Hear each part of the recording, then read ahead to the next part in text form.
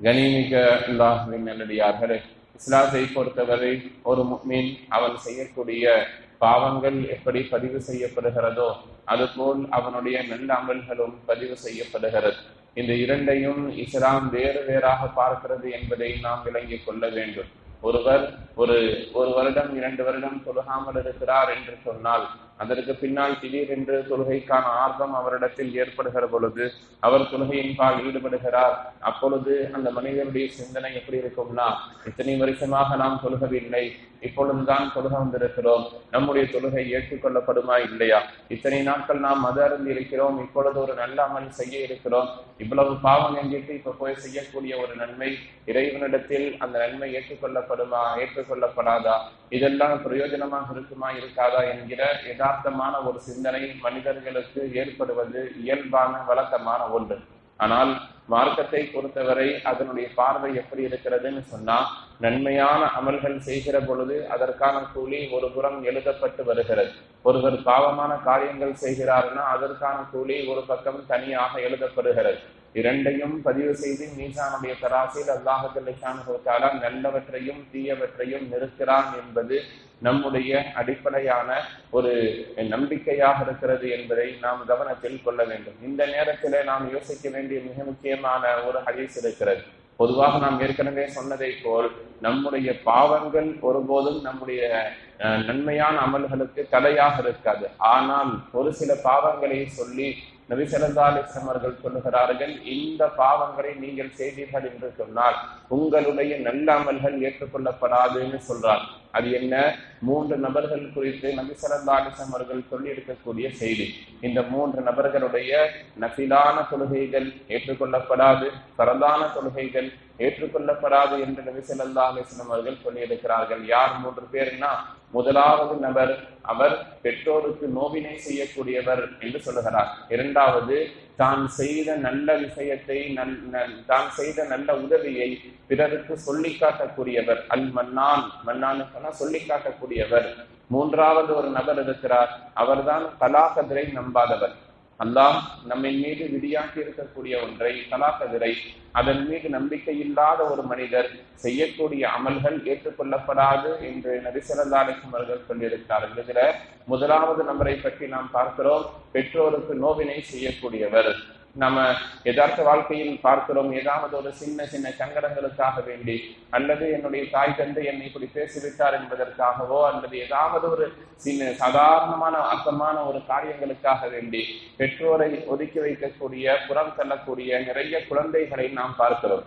நீங்கள் உங்களுடைய வீட்டில் இருக்கக்கூடிய வயதான அல்லது உங்களுடைய பெற்றோர்களில் இருவரில் ஒருவரையோ வைத்திருந்து அவரோடு நீங்கள் முரண்பட்டு விட்டு நீங்கள் செய்யக்கூடிய எந்த ஒரு நல்ல அமலும் உங்களுக்கு ஒருபோதும் பிரயோஜனம் அளிக்காது. உங்களுடைய ஒட்டுமொத்த சொத்தையும் அல்லாஹ்வின் பால் நீங்கள் தான தர்மங்கள் செய்தாலும் கூட நீங்க உங்களுடைய பெற்றோருக்கு தரக்கூடிய அந்த 500ம் 1000ம் தான் உங்களுக்கு பெரிய ஒரு நன்மையை பெற்றுத்தரக்கூடியதாக இருக்கிறது என்பதை இந்த ஹதீஸின் மூலம் நாம் கவனத்தில் கொள்ளணும்.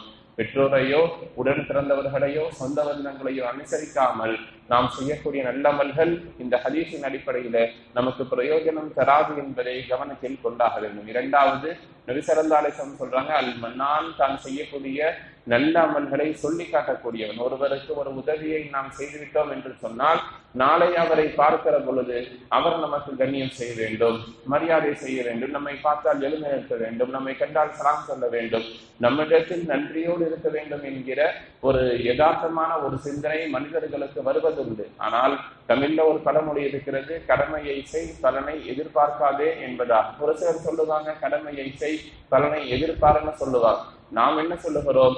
நீங்கள் மனிதர்களுக்கு செய்ய வேண்டிய உதவியை செய்யுங்கள், அதற்கான கூலியை எதிர்பாருங்கள். ஆனால் அது அல்லாஹ்விடத்தில் எதிர்பார்க்கக்கூடியதாக. நாம் ஒருவருக்கு ஒரு உதவி செய்யறோம்னு சொன்னால் அவர் நமக்கு கண்ணியம் செய்யணும், மரியாதை செய்யணும் எதிர்பார்க்கிறது தவறு.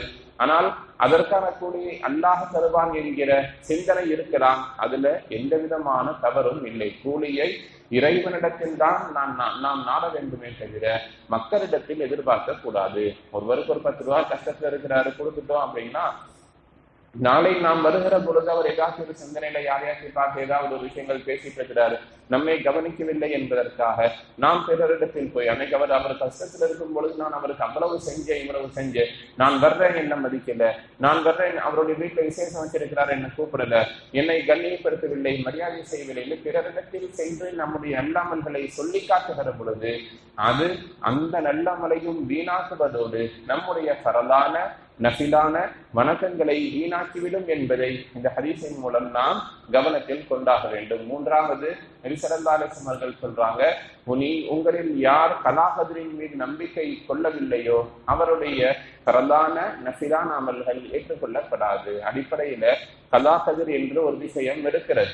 நாம் என்னதான் நம்முடைய உடல் முழுக்க எண்ணெயை சேர்த்து கொண்டு மண்ணில் விழுந்து புரண்டு புரண்டு எழுந்தாலும் கூட அல்லாஹ் உங்களுடைய உடலில் எந்த ஒரு மண் ஒட்ட வேண்டும் என்று எழுதியிருக்கிறானோ விதியாக்கி இருக்கிறானோ அதை தவிர வேறு எதுவும் கூடுதலாகவோ குறைச்சலாகவோ ஒட்டிவிடாது என்கிற ஒரு நம்பிக்கை ஒரு முஃமினுடைய மனதில் அழுத்தமாக இருக்க வேண்டும். அதைத்தான் அல்லாஹ் குர்ஆன்ல சொல்லும் பொழுது, குலில்லாஹும்ம மாலிகல் முல்கி தூத்தில் முல்க மன் தஷா, அல்லாஹ்தான் அரசர்களுக்கு அரசராக இருக்கிறான், தூத்தில் முல்க மன் தஷா, நாடியவர்களுக்கு அரசாட்சியை கொடுக்கிறான், வதுஇஸு மன் தஷா துதில்லு மன் தஷா, நாடியவர்களை கண்ணியப்படுத்துகிறான், நாடியவர்களை இழிவாக்குகிறான், அவன்தான் உங்களுக்கு எல்லாவற்றையும் செய்கிறான், கலாகதிரை அவனே விதியாக்கி இருக்கிறான் என்கிற நம்பிக்கை நம்முடைய மனதில் ஆழமாக இருக்கணும்.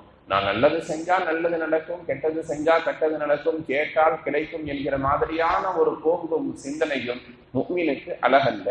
அல்லாஹ் எதை விதியாக்கி இருக்கிறானோ அதுதான் இந்த உலகத்தில் செயல்படுகிறது என்பதை நாம் கவனத்தில் கொள்ளும். அனஸ் ரலியல்லாஹு தஆலா அன்ஹு என்று சொல்லப்படக்கூடிய அற்புதமான உயர்வான ஒரு சஹாபி இருந்தார். நபி ஸல்லல்லாஹு அலைஹி வஸல்லம் அவர்களால் அவர்களுடைய துஆவை பெற்ற அற்புதமான ஒரு சஹாபி. குர்ஆனுக்கு விரிவுரை சொல்லக்கூடிய விஷயத்துல அவர் ஒரு உயர்வான அந்தஸ்தை அடைந்தவர். ஒரு நாள் நபி ஸல்லல்லாஹு அலைஹி வஸல்லம் அவர்கள் அந்த சஹாபியை அழைத்து சொல்லுவார்கள், இந்த உலகமும் உலகத்தில் இருக்கக்கூடிய எல்லா நபர்களும் ஒன்று சேர்ந்து உனக்கு ஏதாவது ஒரு நன்மையை கொண்டு வர வேண்டும் என்று முயற்சி செய்கிறார்கள்.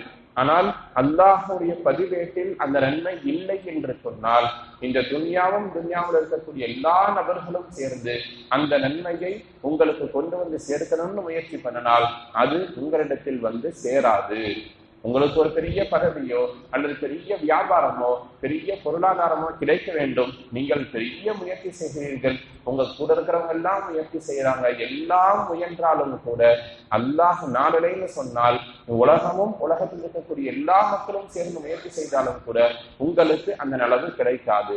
நபி ஸல்லல்லாஹு அலைஹி வஸல்லம் தொடர்ந்து அந்த சஹாபியிடத்தில் பேசுகிறார்கள், உங்களை வீழ்த்த வேண்டும் அல்லது உங்களுக்கு ஏதாவது ஒரு ஆபத்தை ஏற்படுத்த வேண்டும், உங்களை இல்லாமல் ஆக்க வேண்டும், உங்களுக்கு நோவினை தர வேண்டும் என்று துன்யாவில் இருக்கக்கூடிய எல்லா மக்களும் சேர்ந்து முயற்சி செய்தாலும் கூட அல்லாஹ்வின் பதிவேட்டில் உங்களுக்கு அந்த கெடுதி வந்து சேர வேண்டும் என்று எழுதி வைக்கப்பட்டிருந்தாலே தவிர அது வந்து சேராது.